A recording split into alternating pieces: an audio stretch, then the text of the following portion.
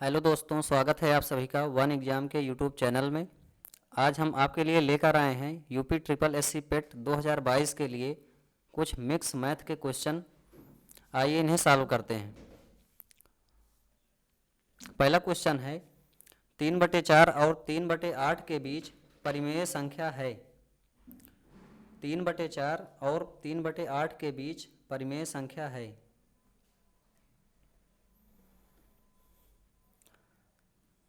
तो देखिएगा इस क्वेश्चन को कैसे सॉल्व किया जाता है। कह रहा है 3/4, तो 3/4 और 3/8, तो 3/4 को जब मैं सॉल्व करूँगा तो 3 को आप पहले 4 से डिवाइड कर लेना, तो ये आएगा 0.75। ठीक है। उसके बाद 3/8 को भी इसी तरीके से सॉल्व कर लेंगे, तो ये आएगा 0.375। ठीक है।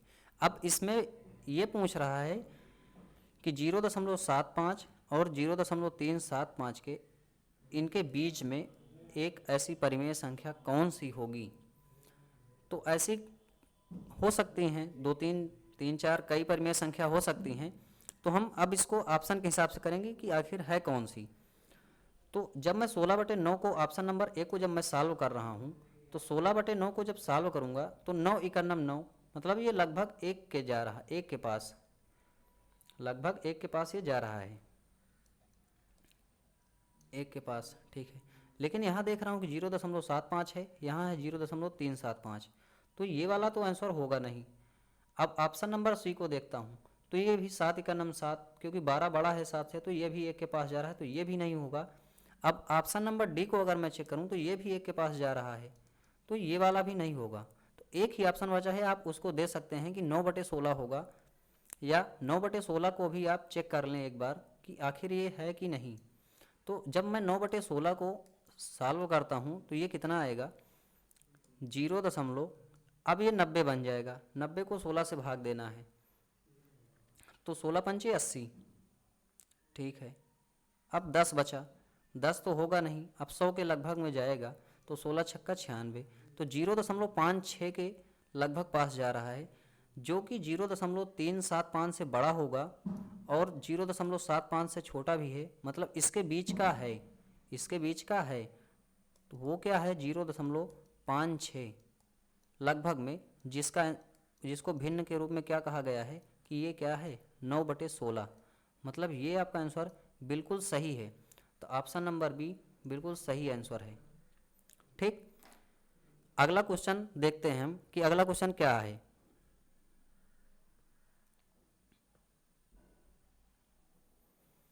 अगला क्वेश्चन है 4^11 गुणा 5^5 गुणा 3^2 और 13^2 में अभाज्य गुणनखंड की कुल संख्या की गणना करें।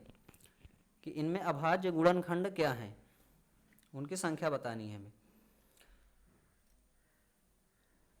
क्या कह रहा है, 4/11 गुणा में 5^5 गुणा में 3^2 गुणा में 13^2। ठीक है। अब इसमें अभाज्य गुणनखंड पूछ रहा है हमसे, तो कैसे हम करेंगे, ध्यान देना। तो सबसे पहले इसमें से हमको छोटा अभाज्य लेना होगा, छोटा से छोटा। तो 4 तो है नहीं अभाज्य, अभाज्य लेने के लिए इसे 2 का स्क्वायर होता है, तो इस 4 को आप क्या लिख सकते हैं, 2^2, और इसकी भी पावर क्या है, 11। तो ये जो बनेगा 11 और 2 का गुणा हो जाएगा, 2^22 बन जाएगा, गुणा 5^5 गुणे में 3 का स्क्वायर गुणा में 13 का स्क्वायर। ठीक है। अब कभी भी इस तरीके का क्वेश्चन पूछे, में अभाज्य गुणनखंड की कुल संख्या अगर पूछे, तो हम क्या करेंगे, हम सबको जोड़ देंगे जो पावर में है या जो घात में है। तो 22, 5, 2 और 2, इन सबको जोड़ देना है। 22 पावर को +5 +2 +2, जब इसको हम जोड़ेंगे तो 22, 5 27, 27 4 31। तो अभाज्य गुणनखंडों की कुल संख्या कितनी आ गई, 31 आ गई। किस ऑप्शन में है, ऑप्शन नंबर बी बिल्कुल इस क्वेश्चन का सही आंसर है। अगर इसी में मान लो आज आपसे पूछ लिया होता कि धनात्मक गुणनखंडों की कुल संख्या बताइए, धनात्मक गुणनखंडों की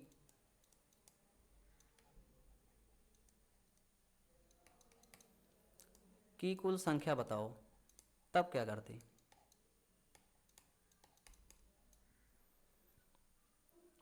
तो इस चीज को सॉल्व करने के लिए क्या किया जाता, सब जो पावर हैं, जो भी पावर हैं, ये 22, 5, 2, 2, सबको एक एक बढ़ाकर लिखना होता। मतलब 22 की जगह आपको 23,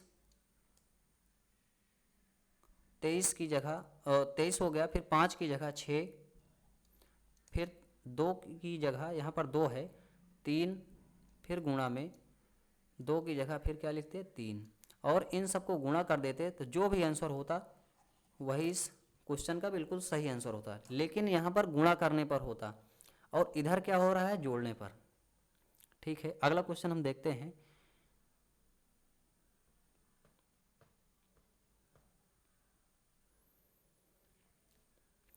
अगला क्वेश्चन क्या कह रहा है, 203 प्लस 107 का स्क्वायर माइनस 203 माइनस 107 का स्क्वायर, इसका मान क्या है, ये बताना है हमें।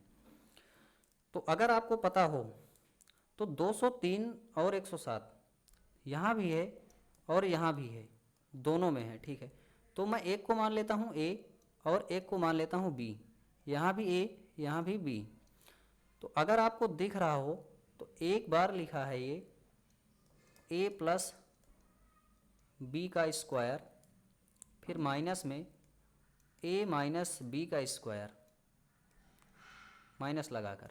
ठीक है, तो खुद सोचो कि a प्लस बी का होल स्क्वायर फिर a माइनस बी का होल स्क्वायर, ये किसके बराबर होता है, 4ab के, 4ab के बराबर होता है। अगर आपको ये जानना हो कि कैसे ये होता है तो ध्यान समझना ये होता कैसे है। अगर मैं कर दूं a प्लस बी का होल स्क्वायर तो ये होगा a square plus B square plus का 2ab। ठीक है, वहीं पर मैं लिख दूं अगर a माइनस बी का होल स्क्वायर, ये होगा a स्क्वायर प्लस का बी स्क्वायर माइनस का 2ab। अब ये क्या कह रहा है,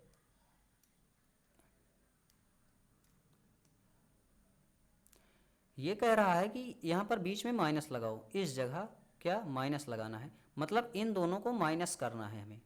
जब इधर मैं माइनस करूँगा तो इस पक्ष में भी माइनस करूँगा। जब मैं माइनस करूँगा तो ये जो प्लस में है ए प्लस बी का होल स्क्वायर, ए स्क्वायर प्लस बी स्क्वायर और ए स्क्वायर माइनस बी स्क्वायर, ये आपस में कट जाएंगे और इधर भी माइनस लगेगा तो ये जुड़ जाएगा। तो ए प्लस बी का होल स्क्वायर माइनस ए माइनस बी का होल स्क्वायर बराबर होगा 4ab, ये आपस में जुड़ जाएगा। ठीक है,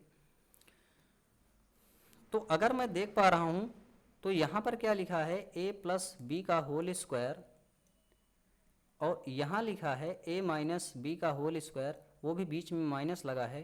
तो डायरेक्ट आप बोल सकते हो कि मेरा जो आंसर होगा वो 4ab होगा। यहाँ भी देखो मैं लिखा हूँ क्या होगा, 4ab होगा।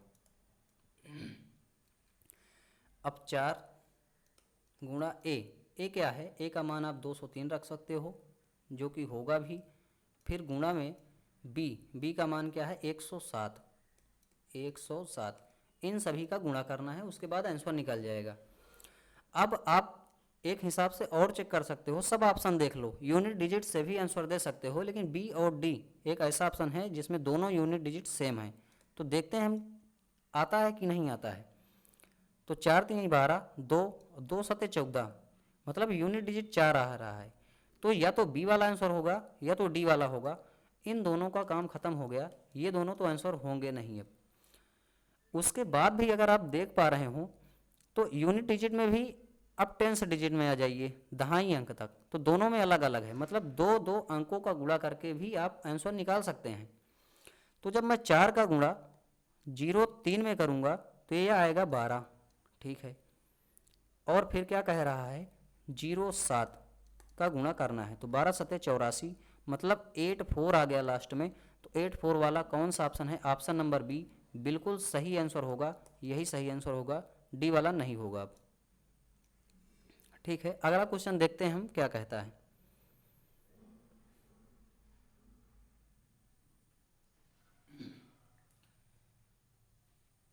एक भिन्न का अंश उसके हर से 4 कम है। क्वेश्चन क्या कह रहा है कि एक भिन्न ऐसी है, एक भिन्न का जो अंश है वो हर से क्या है? 4 कम, हर से 4 कम है। ठीक है, तो हर पहले मैं मान लेता हूँ कि भिन्न का हर x है, लेकिन जो अंश होगा वो हर से क्या होगा? 4 कम होगा। क्या यहाँ तक मैं सही हूँ? ठीक है, क्योंकि अंश जो है वो 4 कम है किससे? हर से। ठीक है,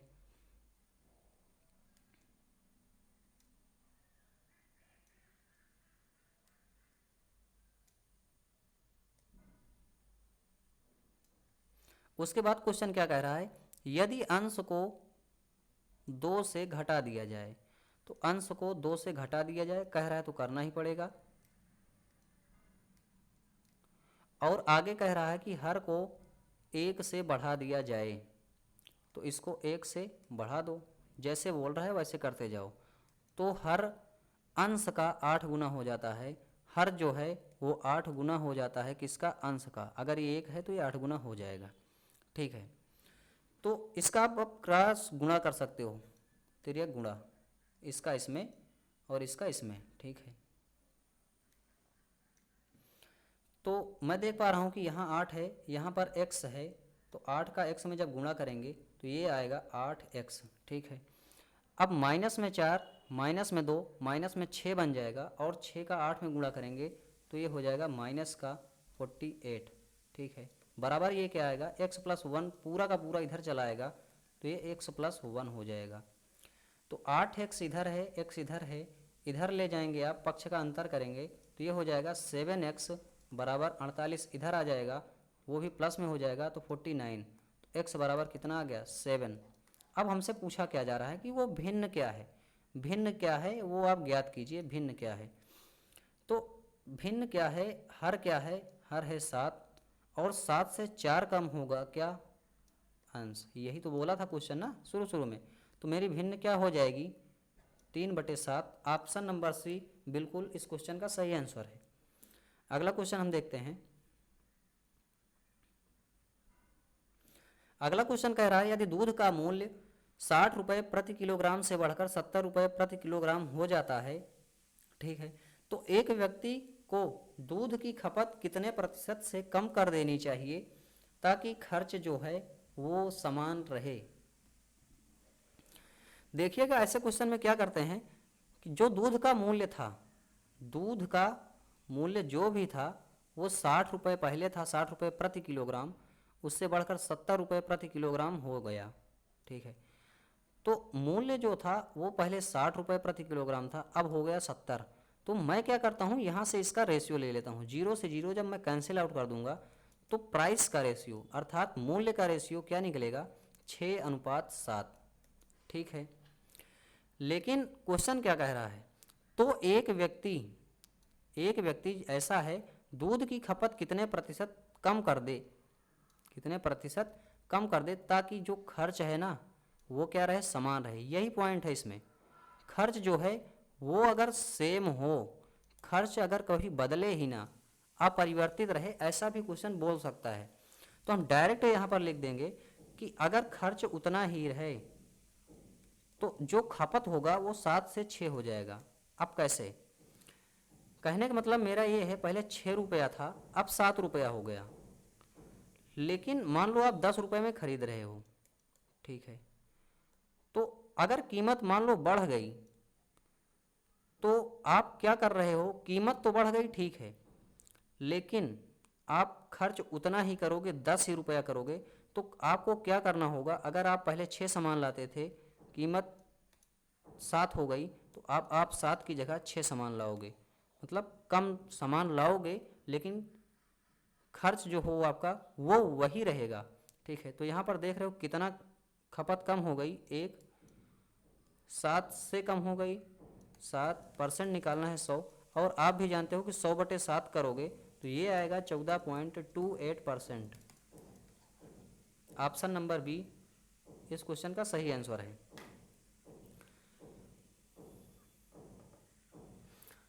अगला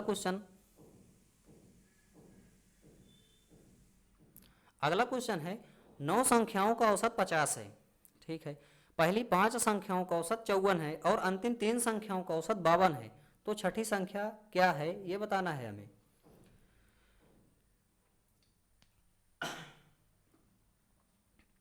नौ संख्याओं का औसत क्या है? 50 है, ठीक है।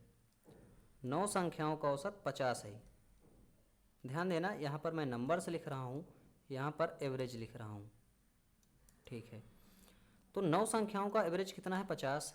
फिर कह रहा है कि पहली 5 संख्याओं का जो औसत है वो है 54 और अंतिम 3 संख्याओं का औसत 52 है। तो छठी संख्या क्या होगी ये हमें ज्ञात करना है। इसको करने के 2-3 तरीके हैं। पहला तरीका देखिएगा जो बिल्कुल बेसिक सा है। अगर 9 संख्याओं का औसत 50 है तो योग क्या होगा 9 संख्याओं का? 450। क्या यहाँ तक मैं सही हूँ? ठीक है। अगर अब 5 संख्याओं का औसत 54 है तो इसका योग क्या होगा? 5 चौको 20, 0 हासिल आया 2, 5 पचे 25, 2 27, 270 होगा, ठीक है। अब मैं यहाँ पर देख पा रहा हूँ कि 3 संख्याओं का औसत 52, तो 3 दूना 6, 3 पचे 15, 156 क्या हो जाएगा? योग हो जाएगा 3 संख्याओं का। अब अगर आप एक चीज़ गौर से देखोगे तो ये जोड़ने पर क्या हो रहा है? 5 3 8 और ये क्या हो रहा है? 9। मतलब यहाँ कमी कितने की है? एक की कमी है, ठीक है। इसी का हमको बताना है कि एवरेज क्या होगा या छठी संख्या क्या होगी, हमको संख्या बतानी है। कैसे आएगा एक? तो जब आप 5 और 3 को जोड़ देते हो तो ये 8 बन जाता है और ये 9 है, तो मतलब एक यहीं से निकलेगा। तो आप यहाँ भी इसको भी जोड़ दो। 270 और 156 को जब जोड़ोगे तो 6, 7 और 5 को जोड़ोगे तो 12, 2 1 3 1 4, कैरी भी था, कितना आ गया? 426।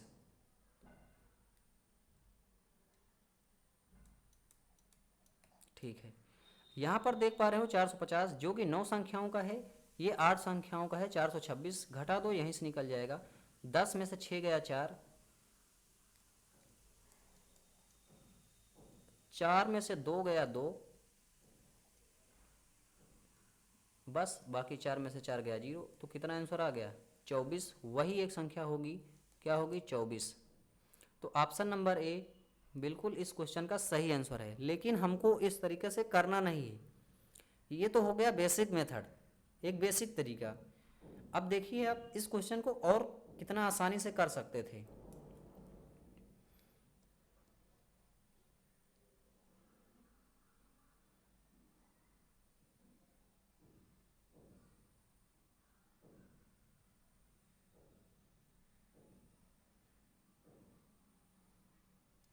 देखिएगा क्या कह रहा है क्वेश्चन। 9 संख्याएं हैं जिनका औसत है 50, ठीक है। पहली 5 संख्याओं का औसत 54 है, ठीक है।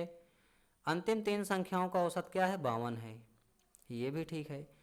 अब खुद सोचो, ये 5 और 3 8 हो जाएगी संख्या, यहाँ तो 9 है। मतलब इस पक्ष में कितने की कमी? एक संख्या की कमी। इसका एवरेज यहाँ पर निकलता है, पहले वो आप ज्ञात कर लो कि इसका एवरेज क्या होगा, ठीक है। तो अगर आप देख पा रहे हो तो ये टोटल कितना बन रहा है? ये बन रहा है 5 3 8 1 9। ये टोटल कितना बन रहा है? 9, ठीक है। यहाँ पर भी 9 है, ठीक है। अब आप कंपेयर कर लो, इसको कहते हैं कंपेयर मेथड। तो आप देख पा रहे हो यहाँ पर 50 है, यहाँ पर है 54। तो 50 से ये कितना ज़्यादा है? तो +4 ज़्यादा है, लेकिन कितनी बार ज़्यादा है? 5 बार ज़्यादा है, ठीक है। अब इसी 50 से आपको कंपेरिजन करना है या कंपेयर करना है किससे? तो इसी 50 से आपको कंपेयर करना है 52 को। तो आप देख पा रहे हो ये भी 2 ज़्यादा है, लेकिन कितनी बार ज़्यादा है? 3 बार, ठीक है। तो आप देख पा रहे हो 4 पंचे 20, 2 तिहाई 6, मतलब ये जब मैं कंपेयर कर रहा हूँ तो ये 26 ज़्यादा दिखाई दे रहा है। तो इसकी भरपाई कौन करेगा? जो ये 26 ज़्यादा है, एवरेज क्या कहता है, मुझे बैलेंस कर दो। एवरेज का मतलब होता है बैलेंस करना। तो यहाँ पर 26 प्लस का है, तो बैलेंस कौन करेगा? ये करेगा, ये वाला। वो भी अब माइनस में 26 होगा, लेकिन एक बार में करेगा, क्योंकि एक यहाँ संख्या है ना, तो एक बार में करेगा। और जो पहले से एवरेज होता है, जैसे मान लो पहले से एवरेज हमारा 50 है, तो यहाँ भी क्या लिख देना होगा आपको, 50 माइनस 26 बटे 1। जब आप इसको सॉल्व कर लोगे तो ये आंसर देगा आपका 24, जो कि इस प्रश्न का बिल्कुल सही आंसर होगा। ये है कंपेयर मेथड। अगर आप समझ गए तो इससे अच्छे से कर सकते हो। अगला क्वेश्चन देखते हैं हम क्या है। अगला क्वेश्चन जो है हमारा वो डीआई का है। इसको हम ध्यान से पहले देख लेंगे, उसके बाद क्वेश्चन करेंगे। डीआई क्या कह रही है, नीचे दिए गए दंड चित्र में एक बल्लेबाज द्वारा 10 भिन्न पारियों में बनाए गए रनों को दर्शाया गया है। ठीक है, तो अगर आप देख पा रहे हो तो ये सभी रन्स हैं हमारे, 0, 20, 40, 60, 80, 100, 120, ये सभी रन्स हैं। लेकिन पारी 10 है। पारियां कितनी है? 10। जैसे 1, 2, 3 ऐसे ऐसे करके पूरे ये सभी पारियां हैं हमारी। ठीक है, तो इस चीज़ को ध्यान देना। ठीक, अब आते हैं हम डीआई की ओर कि क्वेश्चन क्या कह रहा है।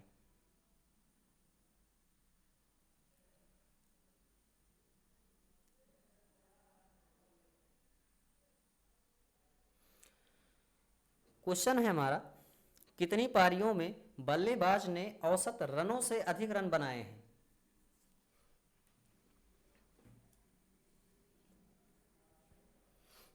कितने पारियों में बल्लेबाज ने औसत रनों से अधिक रन बनाए हैं? तो पहले आपको एवरेज रन निकालना ही होगा, तभी आप निकाल सकते हैं, क्योंकि ये क्वेश्चन खुद कह रहा है कि औसत रनों से। तो पहले तो सभी का, सभी पारियों का औसत रन निकालना होगा, तो निकालिए फिर, और क्या। तो अगर आप देख पा रहे हो तो पहली पारी में 108 है, यहाँ पर कितना है? 108 है। ठीक है, यहाँ पर है 65, यहाँ पर है 13, यहाँ पर है 113, यहाँ पर है 78, यहाँ पर है 109, यहाँ पर 72, 57, 104, 106। ठीक है, अब पहले मुझे एवरेज निकालना होगा, तो इन सभी को जोड़ना होगा। जोड़ने के बाद जितनी पारियां हैं, मान लो 10 पारियां हैं, तो 10 से डिवाइड करना होगा, तब जाकर हमारा एवरेज निकलेगा। ठीक है, तो करो फिर भाई, और क्या। तो 108 में मैं पहले 8 को उठाता हूँ, क्योंकि एक एक ही जोड़ना आसान होगा। 8, 5, 13, 13, 3, 16, 16, 3, 19, 19 में 8 जोड़ना है, तो ये कितना हो जाएगा? 19, 8, 27, 27 में 9 कितना हो जाएगा? 27। अगर 10 जोड़ देते हो आप तो 37, लेकिन एक कम कर देना क्योंकि ज़्यादा ले लिए हो आप, तो 36 हो जाएगा। ठीक है, 36 में अब 72 वाला 2 जोड़ दो, 36 2 38, 38 7, तो 38 7 कितना होगा? 45, 45 4 39, 39 6, 1 मिनट फिर से। 8, 8 5 13, 13 3 16, 16 3 19, 19 8 27, 27 10 37, 1 36, 36 2 38, 38 7 45, 45 4 49 होता है। 49 में 6 जोड़ दोगे तो कितना आएगा? 49 में 6 55, 55 का 5 कैरी आया 5। इसको याद रखना है कि 5 हासिल है हमारी। ठीक है, अब 108 में मैं देख पा रहा हूँ तो यहाँ पर 0 है, 0 में 6 जोड़ूंगा 6, 6 में 1 7, 7 में 1 8, 8 में 7 15, 15 में 0 0 ही होगा, 15 7 22, 22 5 27, 27 में 0 0 ही होगा, 27, 27 में फिर जोड़ूंगा तो 27, और 27 में ये वाला कैरी भी तो है, तो 27 5 32 का 2 कैरी, अब कितना आ गया? 3। अब देखो यहाँ पर 1, इसमें 1, यहाँ पर कुछ होगा नहीं, 1 1 2, 2 1 3, 3 1 4, 4 1 5, 5, अब 5 में ये वाला कैरी, तो 5 3 8। अब इसको 10 से डिवाइड कर दूंगा क्योंकि एवरेज निकालना है ना, वे 10 पारी हैं। तो एवरेज हमारा कितना आ जाएगा? 42.5। ये आपका क्या हो गया? ये एवरेज हो गया सभी पारियों का, ठीक है। कितना हो गया? 42.5, ठीक है। अब क्वेश्चन क्या कह रहा है, ऐसी कितनी पारी हैं जिसमें बल्लेबाज ने औसत रनों से अधिक रन बनाए हैं। तो औसत रन तो ये हो गया, अब इससे अधिक वाला कौन सा है ये चेक करना होगा। तो अधिक वाला पहली पारी है, देखो 108 है जो कि 80 से ज़्यादा है। ये होगा नहीं, ये भी होगा नहीं, ये वाला होगा 2, ये नहीं होगा, ये वाला होगा, ये नहीं होगा, 80 से कम, 80 से कम नहीं होगा, 80 से ज़्यादा ये होगा, और ये 80 से ज़्यादा ये भी होगा। तो कितनी पारियां हैं जो ऐसी होंगे? तो 1 2 3 4 5, ऐसी 5 पारियां हैं जिसमें बल्लेबाज ने औसत रन से अधिक रन बनाए हैं। तो ऑप्शन नंबर 5 जो होगा वो इस क्वेश्चन का बिल्कुल सही आंसर होगा। ऑप्शन नंबर 5 नहीं, सॉरी, ऑप्शन नंबर सी, जिसमें 5 सही आंसर होगा। 8वां क्वेश्चन हम देखते हैं कि 8वां क्वेश्चन कह क्या रहा है आखिर। 8वां क्वेश्चन है हमारा, पारी एक में बनाए गए रन पारी 5 में बनाए गए रनों का कितना प्रतिशत है। तो 2 पारियों की बात कर रहा है ये। एक तो कह रहा है पारी 1, ये देखो पारी 1, तो पारी 1 उठा लो। फिर कह रहा है पारी 5, तो पारी 5 ये है, पारी 5 को उठा लो आप। कह रहा है कि पारी 5 में बनाए गए रनों का, किसका? 5 में बनाए गए रनों का, ठीक है। तो पारी 1 में अगर आप देख पा रहे हो तो कितना रन है? 108, ठीक है, 108 को लिख लो। अब आगे क्या कह रहा है? पारी 5 में बनाए गए रनों का, तो जिसके साथ कभी भी का आ जाए वो नीचे चला जाता है हर में। तो पारी 5 की बात कर रहा है। पारी 5 में हमारा कितना है? 78 है, 78। परसेंटेज निकालना है क्योंकि कितना प्रतिशत है पूछ रहा है, तो 100 लगा दूंगा बस। अगर इसी को मैं सॉल्व कर लिया तो समझो कि आंसर आ गया। अब अगर मैं देख रहा हूं तो यहाँ 108 है, यहाँ 78 है, तो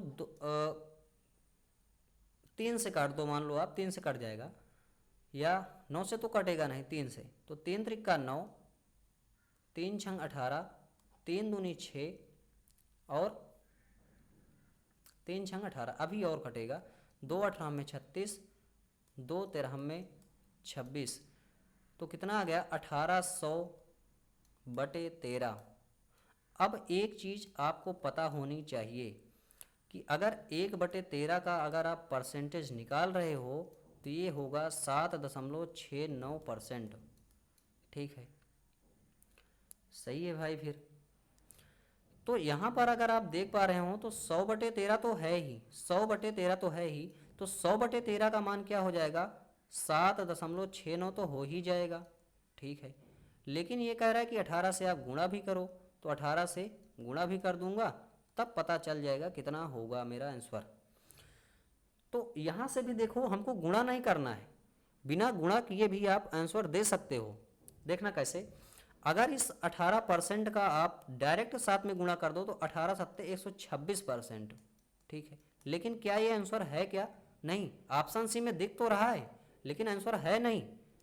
नहीं तो दे दो आंसर, क्योंकि ये वाला जो पॉइंट 6 और 9 है ये कुछ हासिल देगा। तो 18 का गुणा 6 में कर लो, तो 18 का गुणा 6 में जब करोगे तो 108 आएगा। कितना?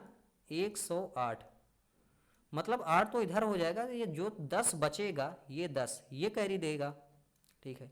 तो 10 इसमें आप और जोड़ दो तो ये पहुंच रहा है लगभग 136%।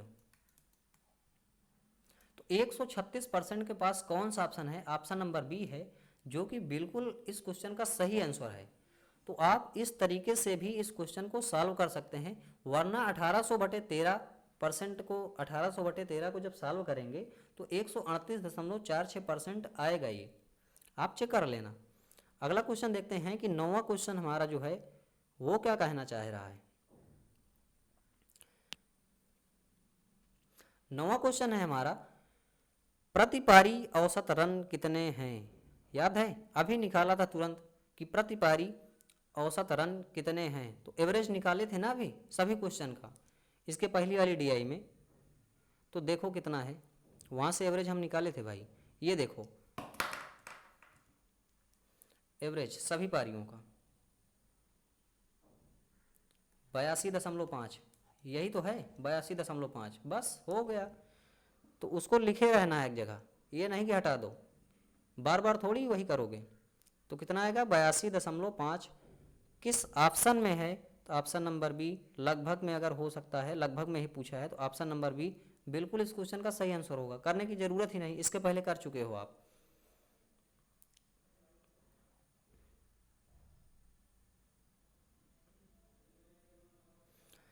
अब 10वां क्वेश्चन हमारा क्या कहना चाह रहा है, कह रहा है कि पहली 5 पारियों के रनों को जोड़ा जाता है। पहली 5 पारियों को रनों को जोड़ा जाता है, मतलब एक से लेकर यहाँ से लेकर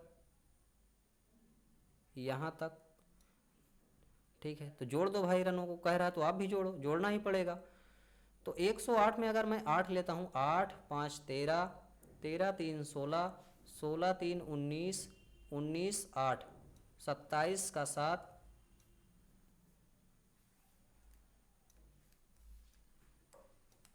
कैरी है 2, ठीक है। अब इसमें 2 जोड़ेंगे तो 2 2 6 8, 8 1 9, 9 1 10, 10 में 7 अगर जोड़ देंगे तो कितना हो जाएगा 17,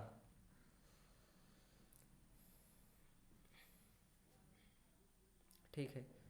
तो 17 का 7, कैरी है 1। अब इसमें भी जोड़ दो, 1 1 2, 2 1 3, बस। तो 377 ये हो गया, ठीक है। अब आगे क्वेश्चन क्या कह रहा है, तथा उस संख्या को एस कहा जाता है। मतलब ये सब जो आप जोड़े हो ना पहली 5 पारियों के रनों को, इसको क्या कह दिया गया, एस, कि ये एस है, ठीक है। अब आगे क्वेश्चन कह रहा है कि आखिरी 5 पारियों के रनों को जोड़ा जाता है। आखिरी 5 पारियों के रनों को जोड़ लो, तो आखिरी 5 ये होंगी, इनके रनों को जोड़ो अब।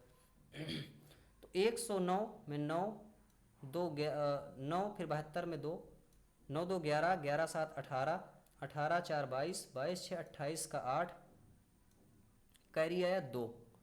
अब 2 में 0 को जोड़ोगे तो 2 ही होगा, 2 7 9, 9 5 14, 14 में 0 14, फिर 0 14, तो 14 का 4 हासिल आया 1, ठीक है। अब 1 में 1 2, 2 में 1 3, 3 में 1 4, तो ये 448 हो गया। लेकिन कह क्या रहा है, तथा उस संख्या को जोड़ने पर जो आया उसे S2 कहा जाता है। मतलब इसको S1 कहा गया था, तो इसको क्या कहा गया, S2, ठीक है। अब हमसे पूछ क्या रहा है कि S2 माइनस S1 का मान क्या होगा, मतलब इसको माइनस करना है तब पता चलेगा। तो आप यहाँ भी माइनस कर दो, तो 8 में से 7 गया 1, 8 में से 7 गया 1, 14 में से 7 गया 7, 71 आना चाहिए। तो बस ऑप्शन नंबर डी बिल्कुल सही आंसर है। यही लास्ट क्वेश्चन है।